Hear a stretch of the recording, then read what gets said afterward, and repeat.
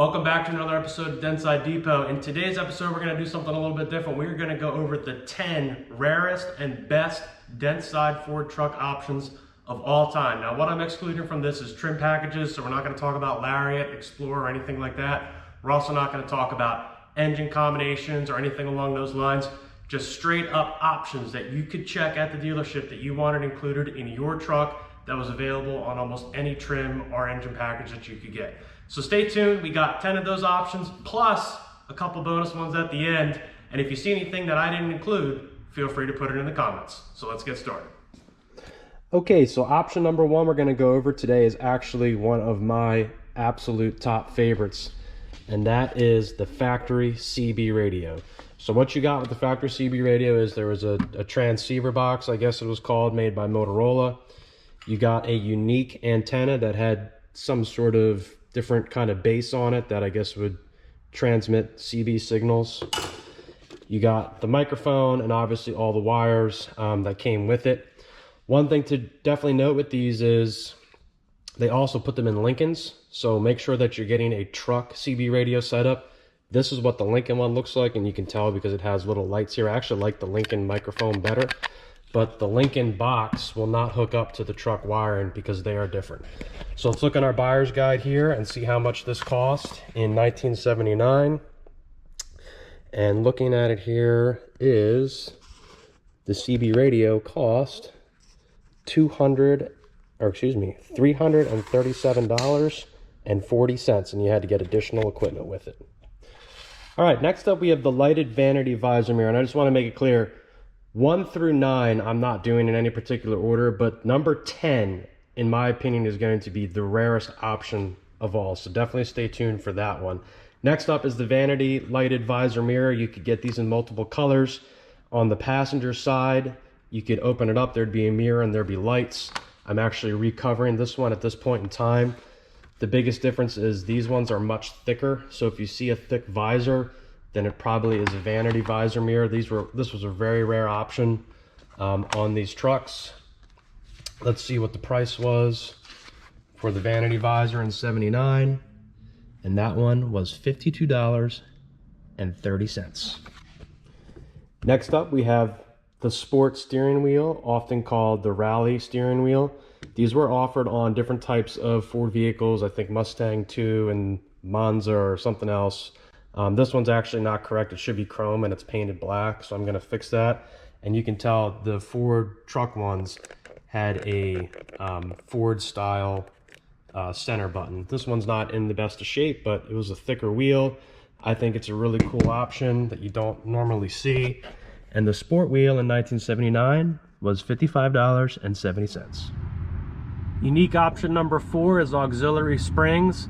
You could get these without Trailer Special or Camper Special, and what you would get is an extra spring on top of the spring pack, plus at the back and the front there would be little plates that would contact that auxiliary spring and give you an increased towing ratio or towing gross vehicle weight rating.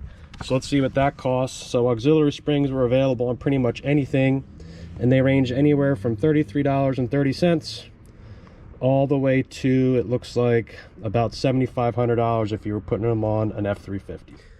The next option I'm going to go over is not an independent option. It is technically part of what is called the Ranger XLT package, but I think it's one of the coolest and most unique things you could get on these trucks. This particular one is a crew cab, and this retains the original Ranger XLT ashtrays.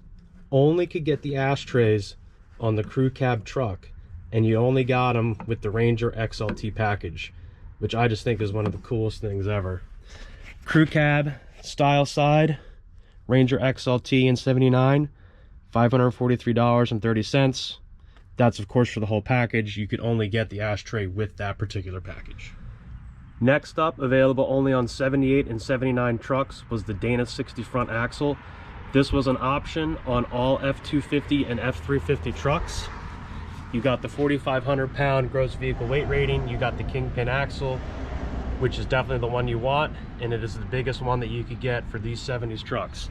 Not an option on 79 F-350 Super Cabs. It was actually standard. So you got this axle no matter what. with this particular truck, but they only made about 1,600 of them.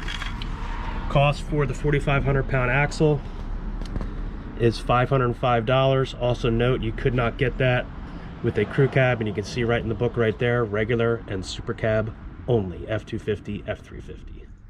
Next up, you have the fog lamp option. You'd have a little switch right here that you would move over to turn the fog lamps on. There would be auxiliary wiring for the fog lamps, and the fog lamps could be mounted on the bumper, or they could be mounted on the Cactus Smasher, one way or the other. Definitely one of the coolest options that you could get. Let's see what the fog lamps cost.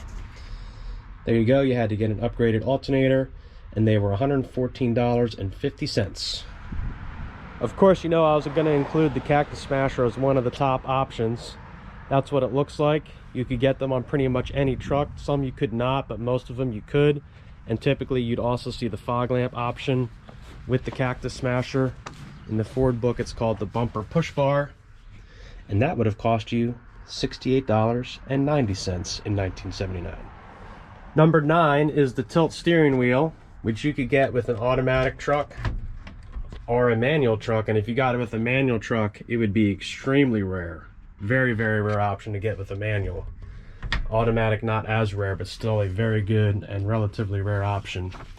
In 1979, tilt steering wheel, 4-speed or automatic, would have cost you $78.10. And now on to our rarest option. And that brings us to number 10, and what I believe to be the rarest option, which is the electric rear de-icer window. I will caveat this with one thing. The clock AM radio, digital clock radio, is also definitely an honorable mention, but who cares about an AM radio with a clock in it? So the de-icer, only available up to 1978, not available in 79, available also before 78, would give you a defroster on the rear window.